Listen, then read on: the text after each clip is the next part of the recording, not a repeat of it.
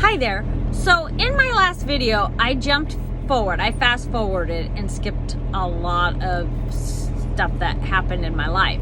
I talked about being a teenage mom. Well, I'm actually going to go back in time to when my parents were still together. This was in the late 70s. What started the timeline in my life was when my brother got sick. He was hit in the back with a baseball, and it caused a lump in the middle of his back. It was hurting him, and over time, my mother finally took him in to see the doctor. Doctor ran some tests, couldn't find out anything wrong with him, sent him home. Went back to the doctor, same thing. Finally, they got my brother to see a specialist in San Francisco. Well, they ran tests, sent him home. My doctor called, our family doctor called and said, get him back to San Francisco immediately. He has Hodgkin's disease. Now, he's the youngest case ever at the time to have Hodgkin's disease. He was 8 years old. And so, took him back. He had surgery, radiation, chemo. I remember taking a trip to see him. He was in the hospital for a while. My mom was there, and everything seemed fine.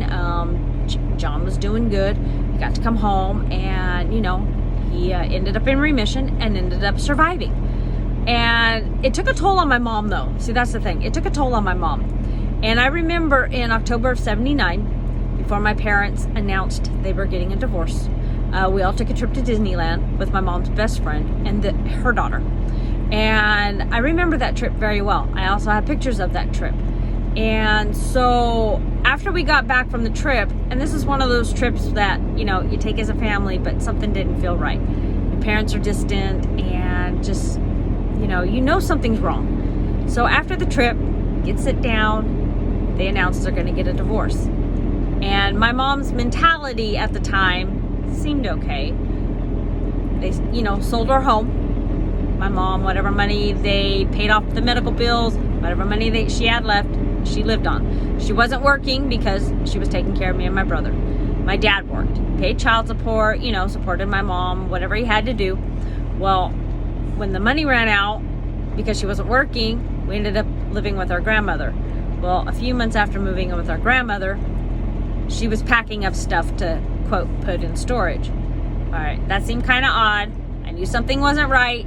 So, I didn't say nothing. One night she left to go out and never came back. I was 11 years old when my mom did this. It was very devastating. I'm waiting all night for my mom to come back for days on end. Nothing. I will continue my story from there.